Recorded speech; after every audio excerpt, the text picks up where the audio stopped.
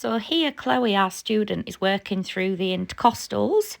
So the intercostals are the muscles between the ribs, and just like us, the most important function they do, they aid in the breathing for the horse. So if there's issues here throughout this intercostal section, throughout these thoracics, your owner might describe it in several different forms, and this is where we kind of decipher, in terms of tension, where the horse is actually holding tension, what the owner's possibly trying to get across to us.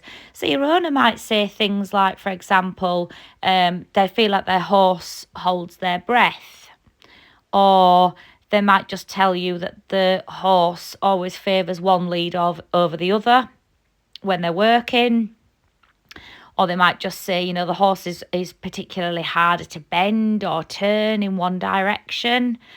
And they may not even mention the bending or turning or the holding of breath. They might just say something like, I'm constantly having issues with my saddle slipping off to one side. And that's where we then take all this information and go through our palpation and kind of have a feel through here. Because just like us being, left-handed or right-handed, horses are kind of do favour a particular side.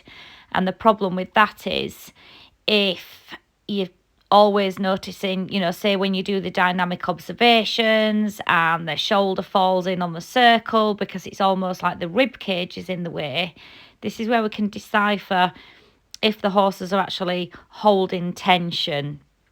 So, if they're struggling with lateral movements and bend, this is where we go in and palpate and take a look. So releasing the intercostal muscles and the rib cage is really going to help this ingrained muscle memory and hopefully get the client's horse swinging freely through the ribs again.